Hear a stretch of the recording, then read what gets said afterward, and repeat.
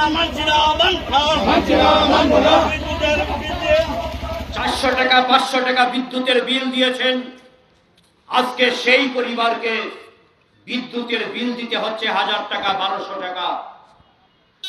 এইভাবে প্রত্যেকটি পরিবারের বিদ্যুতের বিল আজকে মারাত্মক জায়গায় গিয়ে পৌঁছেছে। জীবন জীবিকা নির্বাহ করতে গিয়ে এমনিতেই সাধারণ মানুষ দিশেহারা।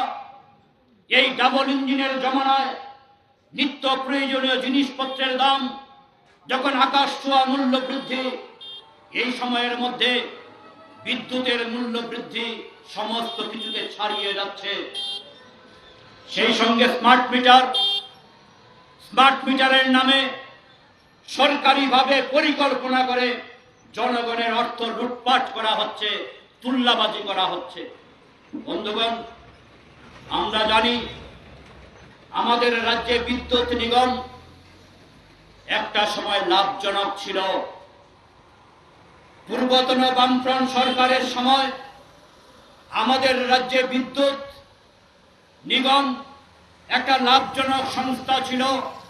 আমার আগের বক্তা বলছিলেন, আপনারা শুনেছেন যে কয়েকশো কোটি টাকা এই দপ্তর ফিক্সড ডিপোজিট করেছিল তার লাভের টাকা জমিয়ে।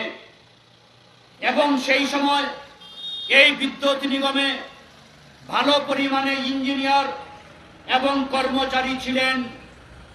যত দিন যাচ্ছে ইঞ্জিনিয়ার কর্মচারীর সংখ্যা কমছে, নিয়োগ নেই।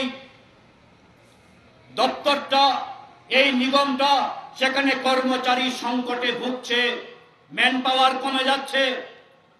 স্বাভাবিকভাবেই পরিষেবা দিনের পর দিন সেখানে তলানিতে গিয়ে ঠেকছে।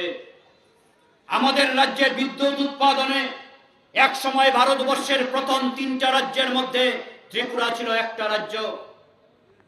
আমাদের রাজ্যের পূর্বতন বামফ্রন্ট সরকার একটার পর একটা পরিকল্পনা করে বরমুড়া, ডম্বুর, রুকিয়া, মনারচক এই সমস্ত প্রকল্পগুলির মধ্য দিয়ে 100 মেগাওয়াটের উপর উৎপাদন হতো।